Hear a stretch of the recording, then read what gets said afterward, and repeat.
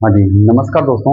मैं आपके अपने यूट्यूब चैनल किशोर सर क्लासेस पर आप सभी का हार्दिक स्वागत और अभिनंदन करता हूँ। तो देखिए दोस्तों, अपने उत्तर के एक टॉपिक चल रहा था हिंदी व्याकरण के अंदर है, तो उसके अंदर अपने देख लिए थे संस्कृत के उपसर्ग कितने थे 22। तो आज अपने आगे की क्लास में देखते हैं दोस्तों कौन से हिंदी के जो उपसर्ग थे ना वो कितने होते हैं, वो भी 22 होते हैं। ठीक है, तो अपने हिंदी के 22 उपसर्ग है उनका आज अध्ययन करने जा रहे हैं। ठीक है दोस्तों, ये वैसे तो ना संस्कृत भाषा के उपसर्ग है, लेकिन इनका प्रयोग जो होता है ना वो कहाँ होता है, हिंदी के अंदर प्रयोग होता है। ठीक है, तो चलिए आज की क्लास में देखते हैं कि सबसे पहले कौन सा है और उसके बाद में अपने निरंतर है। जैसे संस्कृत के 22 उपसर्ग पढ़ के रहे, वैसे वन बाय वन अपने किसको पढ़ेंगे दोस्तों, आगे ये हिंदी के 22 उपसर्ग। ओके, चलिए तो सबसे पहले मैं लिखता हूँ अंतर। ठीक, देखो सबसे पहला उपसर्ग कौन सा आएगा, ये अंतर उपसर्ग आता है। अब देखो, एक मिनट। अब ये क्या होता है दोस्तों, ये वैसे तो संस्कृत का है, लेकिन इसका प्रयोग जो होता है ना वो कहाँ होता है, हिंदी के अंदर प्रयोग होता है। ठीक, अब जैसे इसके अंदर अपने लिखते हैं कि अंतरात्मा, अंतर्गत, ठीक है, ये सभी इसके शब्द हैं। ठीक, मैं लिखता हूँ अंतर्गत। ठीक, इसी प्रकार मैं लिखता हूँ अंतरात्मा, अंतरात्मा। ओके, अंतर्देशीय, अंतर्देशीय। ठीक, इसी प्रकार अपने लिख सकते हैं इसमें अंतरराष्ट्रीय। ठीक, क्या लिखेंगे, अंतरराष्ट्रीय।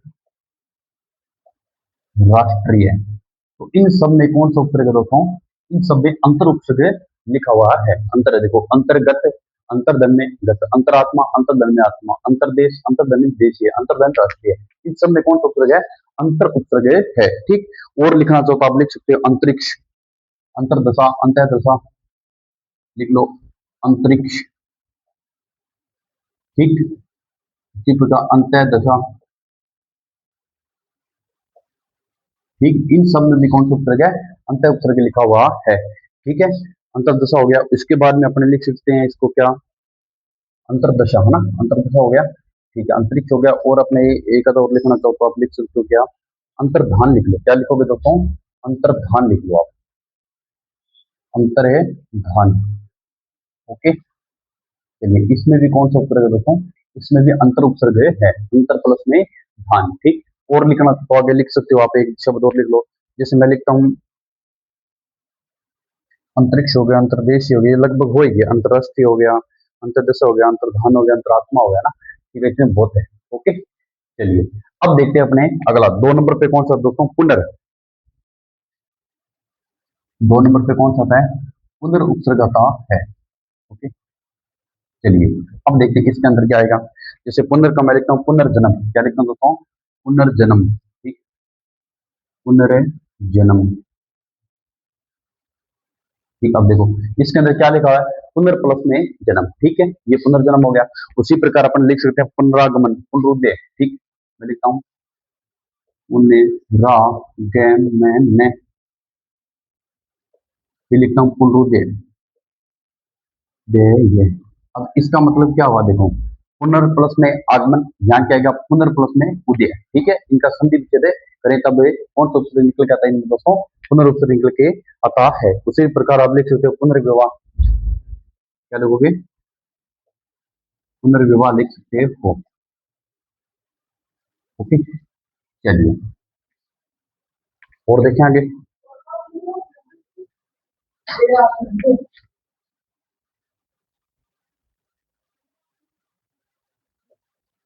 पूर्वाहा। ठीक, क्या होगा, पूर्वा। इसके अंदर भी कौन सा आएगा, पूर्वा नहीं दोस्तों, आप लिखो इसको पुनर्जागरण लिखो, ये नहीं आएगा, इसमें पूर्वा उपसर्ग है। ठीक है, आप लिखो पूर्वा जागरण, पुनर्जागरण लिखो, पुनर्जागरण। ओके, चलिए ये इतने थे कौन से अपने पुनर्वाल ले। ओके, बहुत है। चलिए अब देखते हैं अपने दोस्तों कौन सा आगे, प्रादुर का कौन सा उपसर्ग है, 3 नंबर पे कौन सा आएगा, प्रादुर उपसर्ग आता है। चलिए अब जैसे मैं देखता हूँ प्रादुर्भाव। ठीक, तो इसमें कौन सा उपसर्ग आएगा, प्रादुर आएगा, प्रादुर्भाव। ठीक, प्रादुर,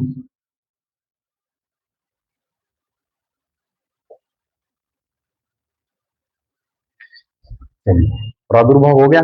इसी के साथ अपने लिख सकते हैं क्या, प्रादुर्भूत, क्या लिखोगे यहाँ पे, प्रादुर्भूत।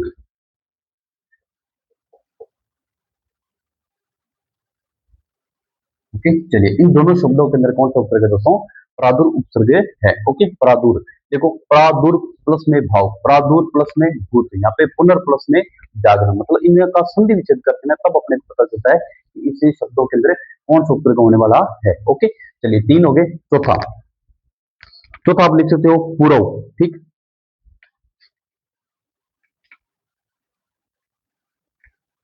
अब देखो पूर्व उपसर्ग का कौन कौन से इसमें आते हैं, जैसे मैं लिखता हूँ पूर्वज, पूर्वाग्रह, पूर्वा। ठीक, क्या लिखता हूँ, पूर्वज, पूर्वाग्रह, पूर्वाग्रह। ओके ठीक है, इसी के साथ अपने और लिख सकते हैं क्या, पूर्वाद्र, पूर्वाग्रह हो गया, पूर्वाद्र। ठीक है, क्या हो गया, पूर्वाद्र। ठीक है, और आगे देखो इसके अंदर और क्या लिख सकते हैं अपने, पूर्वाद्र हो गया, और पूर्वा लिख लो आप, क्या लिखोगे, पूर्वा। ठीक, पूर्वा हो गया। चलिए इतना बहुत है, पूर्वज हो गया, पूर्वाग्रह हो गया। ठीक है, पूर्वानुमान लिख लो, क्या लिखोगे, पूर्वानुमान, पूर्वानुमान, पूर्व प्लस में अनुमान। ओके चलिए, इतने बहुत है। ठीक है, अब देखते हैं अपने आगे 5 नंबर पे कौन सा आएगा, प्राक उपसर्ग देखते हैं। ठीक, 5 देख लें, उसके बाद अपने एक एक का अध्ययन करते हैं। ठीक, जिसमें मैं लिखता हूँ प्राक। अब इस प्राक के अंदर कौन कौन से उपसर्ग आते हैं देख लेते हैं अपने। ठीक है चलिए, मैं लिखता हूँ जैसे प्राकथन, प्राकलन। ठीक है, मैं लिखता हूँ क्या दोस्तों, अपने लिखते हूँ मैं प्राक कथन, प्राकलन, प्राक कथन। ठीक, प्राकलन, प्राकलन हो गया, प्राकथन हो गया। ठीक है, प्राकलन, इसमें क्या है कि मतलब दो है। ठीक, चलिए प्राकलन हो गया, प्राकथन हो गया। आगे आप लिख सकते हो क्या, और लिखना चाहो तो और भी लिख सकते हैं अपने, जैसे मान लीजिए मैं लिखता हूँ प्राग देवता, क्या लिखता हूँ, प्राग देवता, ये संधि विच्छेद वाला है। ठीक है, प्राग देवता। और अपने क्या लिखते हैं, प्रागैतिहासिक, क्या लिखेंगे दोस्तों, प्रागैतिहासिक, प्रागैतिहासिक, प्रागैतिहासिक। ओके, अब इसका जब अपने क्या करेंगे, संधि विच्छेद करेंगे, तब इसमें कौन सा आएगा, प्राक प्लस में ऐतिहासिक, इसके अंदर की प्राक प्लस में देवता। ठीक है चलिए, इसमें बहुत है। और लिख सकते हो आप पराक्रम। ठीक, आगे बहुत है, और भी लिख सकते हो। चलिए अब देखिए अंतरदेशीय, मैंने आपको बताया था कौन सा दोस्तों, अंतर, अंतर उपसर्ग के अंदर अपने लिख सकते कौन सा, जैसे अंतरदेशीय है। ठीक है, इसी के साथ में अपने और आगे देखे जाए तो अंतरात्मा है, अंतरदेशीय, अंतरराष्ट्रीय, अंतरिक्ष, अंतरदशा, अंतर्धान। ठीक, उसी प्रकार अपने देखते हैं पुनर्जन्म हो गया। ठीक है, पुनरागमन हो गया। उसी प्रकार आगे देखते हैं तो कौन सा आएगा, पुनर्विवाह और पुनर्जागरण। प्रादुर के अंदर देखा था अपने, प्रादुर्भाव। ठीक, प्रादुर्भूत। ठीक, उसी प्रकार पूर्व के अंदर अपने देख के हैं कौन सा, पूर्वज। ठीक, और पूर्वाग्रह, पूर्वादर, पूर्वाहा। ठीक, पूर्वानुमान। ठीक, उसी प्रकार प्राक के अंदर प्राक कथन, प्राकलन, प्राक देवता, प्राग ऐतिहासिक। मतलब कि अपने अभी तक कितने देखे दोस्तों, सिर्फ 5 उपसर्ग देखे हैं, है तो हिंदी के। ठीक, लेकिन वैसे तो किसके मूलतः ये संस्कृत है, लेकिन इनका प्रयोग जो होता है वो कहाँ होता है दोस्तों, हिंदी के अंदर होता है ना। चलिए आगे देखते हैं इसके बाद में, कर दें इसको साफ एक बार। चलिए 5 हो गए। छठा देखिए, 6 नंबर पे कौन सा था, देखते हैं अपने।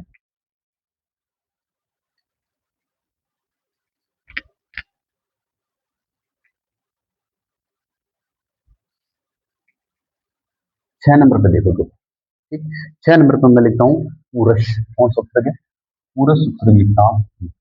ठीक, ये संस्कृत का है वैसे तो, लेकिन इसका जो प्रयोग हो रहा है वो कहाँ होगा दोस्तों, हिंदी के अंदर हो रहा है। ठीक है, इसमें लिखता पुरुष, जैसे पुरस्कार, पुरस्कृत, पुरस्कार। इसी प्रकार पुरस्कृत,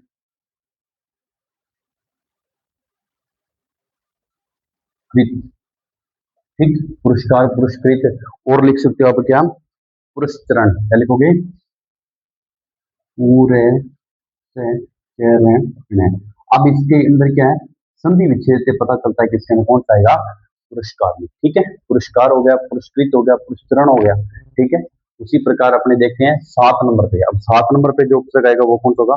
बहिरुपसर्ग। क्या लिखोगे? बहिरुपसर्ग।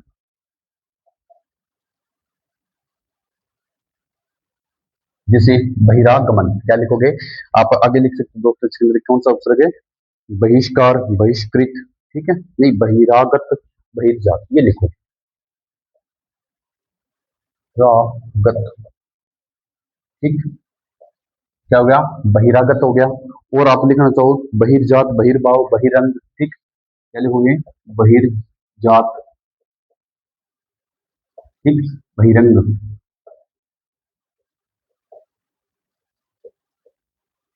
बहिर्जात हो गया, बहिरंग हो गया, ठीक। उसी तरह बहिष्कार लिख लो। आप क्या लिखोगे? बहिष्कार भी लिख सकते हो। आप लिखिए बहिर्भाव, बहिर्भाव लिखो, बहिर्गमन लिखो। बहिर्भाव, ठीक। और बहिर्गमन, बहिर्गमन, ठीक। चलिए, कितने बोलते हैं? इन सब में कौन सा उपसर्ग है दोस्तों? बहिर उपसर्ग है। बहिरागत, बहिर्जात, बहिरंग, बहिर्भाव, बहिर्गमन। ओके, चलिए। अब 7 हो गए। 8 नंबर पे आप देख सकते हो एक और कौन सा उपसर्ग है। चलिए, 8 नंबर पे अपने देखते हैं दोस्तों, बहिष लिख लो आप, ठीक। क्या लिखोगे? बहिष। और देखो इसके अंदर क्या, तो ज्यादा नहीं मिलते अपने। आप दो लिख लो, बढ़िया बढ़िया। बहिष्कृत, ठीक। एक तो ये हो जाएगा, ठीक है। क्या लिखोगे? बहिष्कृत और बहिष्कार। इसमें शायद दूसरा आएगा, दंते से आएगा, दंते नहीं, मूर्धन्य से आता है। क्या लिखोगे? बहिष्कृत और बहिष्कार लिख लो एक, ठीक है। बस ये दो ही लगभग, इसमें ऐसे और तो बहुत है, लेकिन इंपॉर्टेंट शब्द आप ये दो लिख सकते हो, ठीक है। बहिष्कार। चलिए, हो गया। ओके, बहिष्कृत, बहिष्कार हो गया। इसके बारे में आत्म, जैसे आत्मघात, आत्मकथा, ये देखो 9 नंबर पे कौन सा आएगा? आत्म उपसर्ग।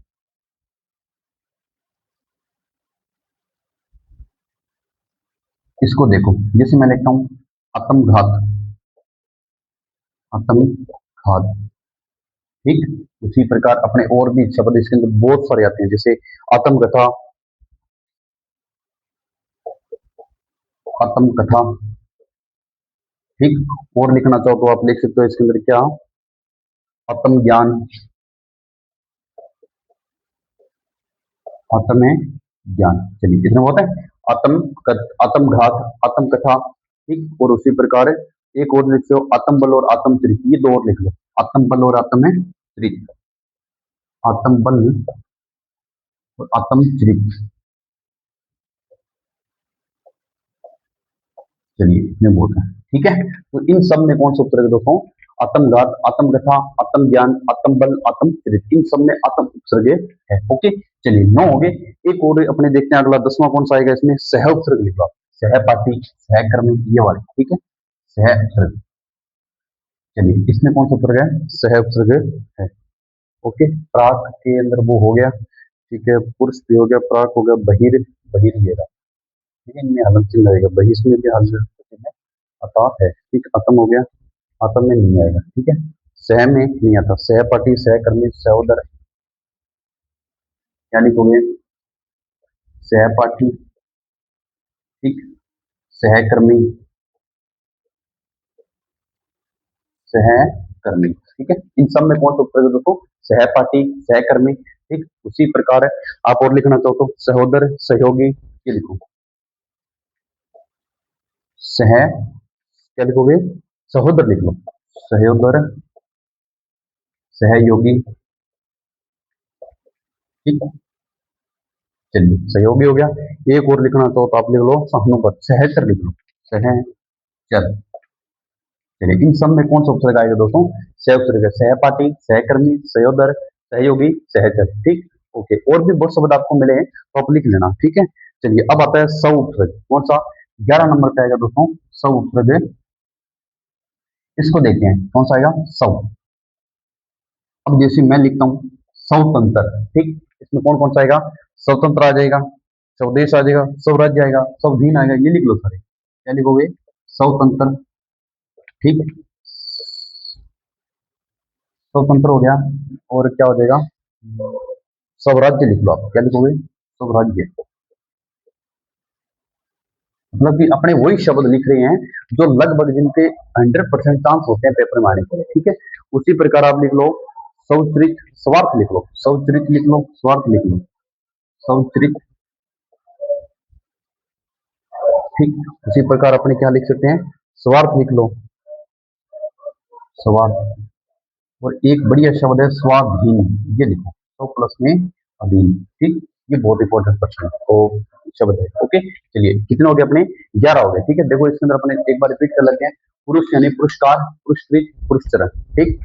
उसी प्रकार अपने आगे चलते हैं, जैसे कौन सा है बहिर, तो बहिर, बहिरागत, इसमें बहिर प्लस में आगत निषेध करेंगे, बहिर्जात, इसमें क्या आएगा, बहिर्जात आएगा, ठीक है। बहिर्जात, बहिरंग, बहिर्भाव, बहिर्गमन। उसी प्रकार बहिष्कृत, बहिष्कार, ठीक। फिर आता है आत्म, आत्म क्या है, आत्मघात, आत्मकथा, आत्मज्ञान, आत्मबल, आत्मचरित, ठीक।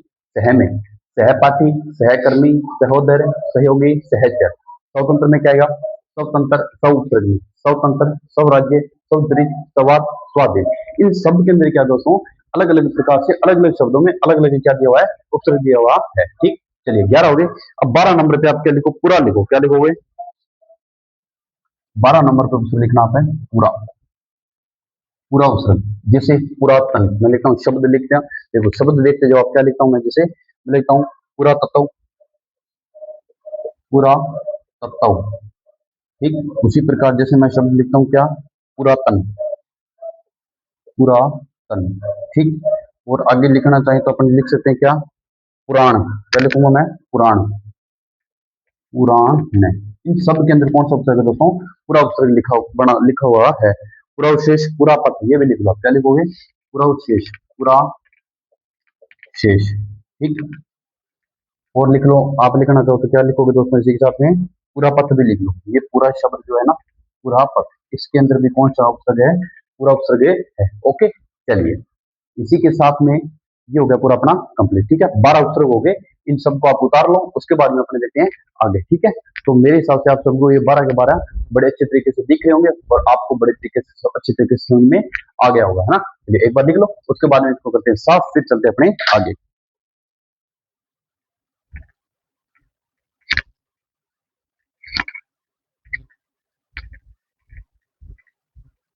उतार दिया, चलिए कर दें साफ, चलो भाई। अब चलते हैं अपने आगे, 12 हो गए, 10 से हो रहेगी, ठीक है। उम्मीद करता हूँ ये अपनी जो आज की क्लास है ना, इसमें ये पूरी हो जाएगी, ठीक है। संस्कृत के उपसर्ग है, लेकिन प्रयोग किसमें होता है इनका, हिंदी के अंदर, ठीक है। ये वैसे हिंदी की है, ठीक है। ये चीज आपको ध्यान रखना थोड़ा सा, ये आप कह दो कि सर ऐसा कैसे हो गया, ये अलग भी नहीं है, अलग नहीं है, ठीक है। बस ये किसके हिंदी, बस बात इतनी है कि ये है किसके, मूल से पूछा जाए तो किसके, ये संस्कृत भाषा के हैं। बड़ा हो गए, चलिए अब लिखते हैं अपने 13 नंबर पे कौन सा, समय उपसर्ग, लिखिए मेरे साथ से, क्या लिखोगे, 13 नंबर पे अपने लिखते हैं समय उपसर्ग। अब देखो समय उपसर्ग, ठीक। समय का मतलब स्वयंभू, ये सारे के सब जैसे मैं लिखता हूँ, जैसे अपन लिख लेते हैं स्वयंभू है, स्वयंवर है, समय सेवक है, ये सब किसमें आते हैं, स्वयंभू लिखना सबसे पहले, स्वयंभू ना। चलिए एक मिनट रुको, ये गलत हो गया, जम्बू आएगा, ठीक है।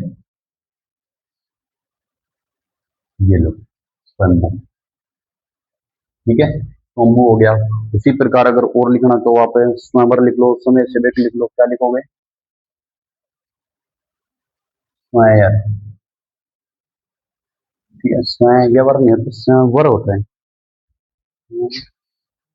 वर आएगा, ठीक है। स्वयंवर का मतलब आपको पता है क्या होता है, मतलब कि जो राजा होते हैं ना, राजा, प्राचीन समय में क्या होता था, राजा अपनी बेटियों के लिए दोस्तों एक स्वयंवर रखते थे, जिसमें आसपास के जितने भी जो क्षेत्र होते थे वहां पे जो राजा आते थे, और राजा क्या, राजा आते थे और उन राजाओं को रानी के द्वारा अपनी स्वयं यानी अपनी इच्छा से अपना पति चुनना होता था, ठीक है। ये लेकिन उसके अंदर परमिशन किससे होती थी, अपने पिताजी की परमिशन से वो होता था ये सारा काम, ठीक है। चलिए उसी प्रकार स्वपाणी,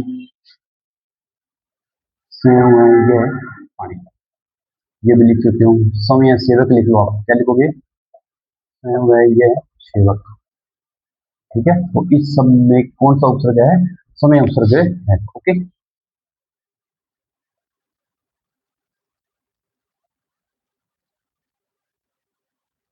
चलिए स्वयं है सेवक। अब देखते हैं 14 नंबर पे अपने कौन सा उपसर्ग आएगा। 14 नंबर पे आप लिख सकते हो आवेश उपसर्ग, जैसे आविष्कार, आविष्कृत। इसमें ज्यादा शब्द मिलते नहीं है, ठीक है। आवेश उपसर्ग लिखना, आवेश। इसमें क्या आएगा, आविष्कृत, आविष्कार, आविष्कार। ठीक, उसी प्रकार इसके अंदर और क्या लिख सकते हैं, आविष्कृत। नहीं, इसमें कनिष्ठ से आएगा क्योंकि सामने व्यंजन है ना, ठीक है। आविष्कार, आविष्कृत, आविष्कृत। ठीक, चलिए इसमें लगभग 2 4 और भी आप अगर कहीं मिले तो लिख सकते हो, ठीक है। उसके बाद में देखते हैं अपने आविर। 15 नंबर पे कौन सा आएगा, आविर। देखो कैसे, आविर्भाव लिख लो, आप क्या लिखोगे, आविर्भाव। अब देखो इसमें कौन सा उपसर्ग है, आविर उपसर्ग है, आविर्भाव हो गया। आविर्भूत लिख लो, आविर्भूत। इसमें भी कौन सा उपसर्ग है, आविर उपसर्ग है, ठीक है। कितने 16, 15। 16 नंबर पे लिखे आप प्राप्त, क्या लिखोगे, प्राप्त।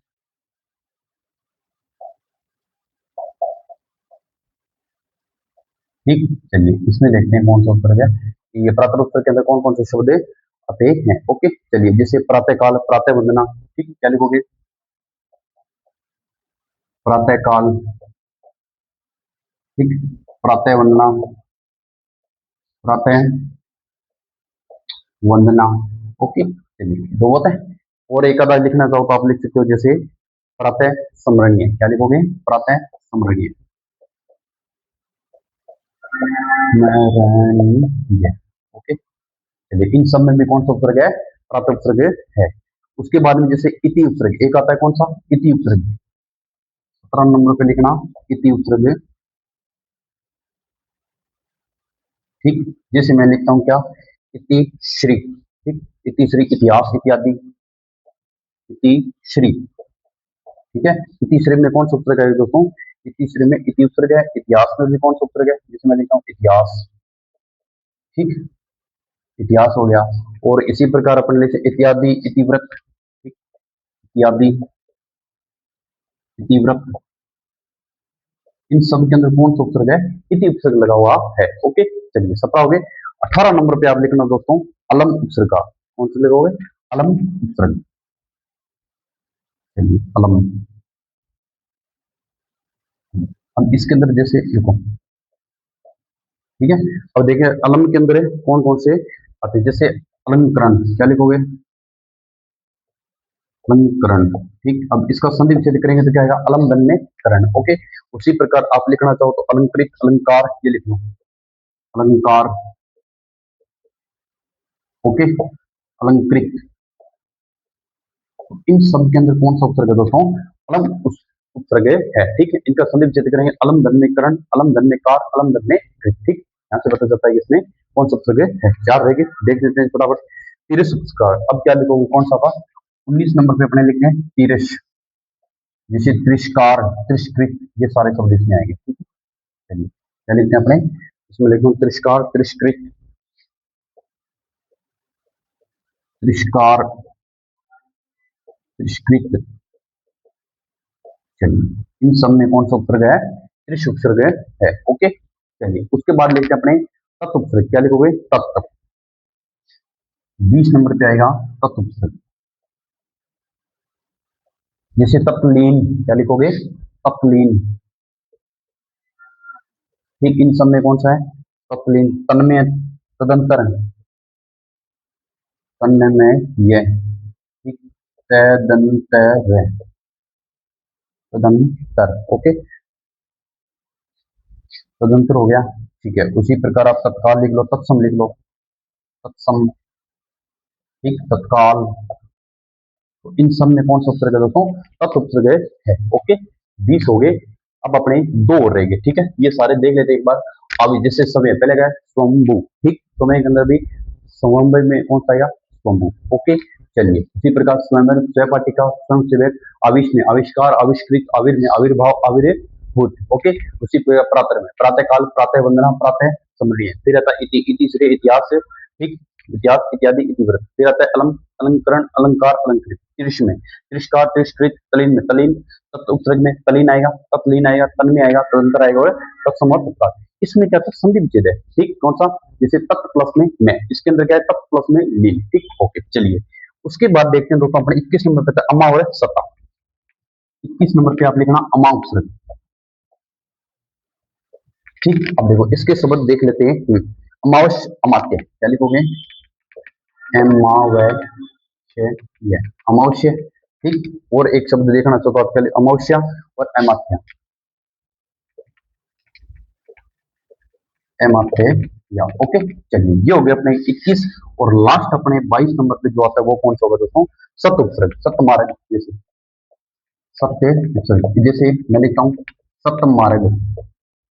ठीक, सन मार्ग में भी ये आते हैं, सत्य मार्ग, सत्कार हो गया, सज्जन हो गया, सत्कार। ठीक है, उसी प्रकार अगर अपने लिखना चाहिए कौन सा, सज्जन, सज्जन। ठीक, उसी प्रकार अगर और लिखना चाहो तो सच्चे चरित्र, सचित्र हो गया। ठीक है, उसी प्रकार सदाचार, कौन सा आएगा, सदाचार। तो इन सब में कौन सा आएगा दोस्तों, सत्य उपसर्ग आता है। ओके, चलिए उम्मीद करता हूँ कि देखो ये आपको दिखाई नहीं दे रहा होगा 22वां नंबर, 22 नंबर। ठीक है, मैं इसको ऊपर लिख देता हूँ। ठीक है, चलिए 22 नंबर जो उपसर्ग आपको दिखाई नहीं दे रहा होगा, मैं यहाँ लिख देता हूँ, कोई बात नहीं। ठीक है, चलिए जैसे लिखा हुआ है 22 नंबर उपसर्ग कौन सा होता है, सत्य उपसर्ग है। ओके, इसमें देखो क्या आएगा, जैसे मैंने लिखा है सप्त मार्ग। ठीक, सप्त मार्ग, और मैंने लिखा सत्कार, सत्कार हो गया। इसी के साथ मैंने लिखा है सज्जन, ये संधि विच्छेद वाला है। ठीक है, सप्त प्लस में जन आएगा। उसी प्रकार मैंने लिखा है सचरित्र, चरित्र। ओके, चलिए इसी प्रकार मैंने लिखा सदाचार। ओके, क्या लिखा, सदाचार। चलिए ये हो गए पूरे कंप्लीट अपने दोस्तों कौन से 22 के 22 उपसर्ग। ठीक है, तो मैं उम्मीद करता हूँ कि आप सभी को ये सारे के सारे, मैंने देखो हिंदी के पढ़ लिए, अपने संस्कृत के पढ़ लिए, अब विदेशी भाषा के जो अपने उपसर्ग हैं वो पढ़ेंगे दोस्तों अगली क्लास में। ठीक है, तो आज के जो ये ना, मतलब कि इनको आप वही रख सकते हो। ठीक है, ये क्या थे अपने, मतलब वैसे तो इनका संस्कृत में प्रयोग होता है, लेकिन थे किसके ये दोस्तों, हिंदी के। ठीक है, होता तो संस्कृत में प्रयोग, ये संस्कृत के हैं, लेकिन इनका प्रयोग किस में होता है, हिंदी में प्रयोग होता है। ठीक, उसके बाद अपने 2 नंबर पर देखेंगे कल से हिंदी के उपसर्ग और देखेंगे। ठीक है, इसी के साथ में। ठीक है, तो चलिए दोस्तों आज के लिए इतना पर्याप्त है, बाकी अपने देखते हैं अगली क्लास में। उम्मीद करता हूँ आप सभी को अच्छी तरीके से समझ में आ गया होगा, और सभी ने आप अच्छी तरीके से लिख लिया, और इसी के साथ आप साथ के साथ नोट्स बनाते जाइए। ठीक है, तो चलिए मिलते हैं अगली क्लास में। जय हिंद, जय भारत।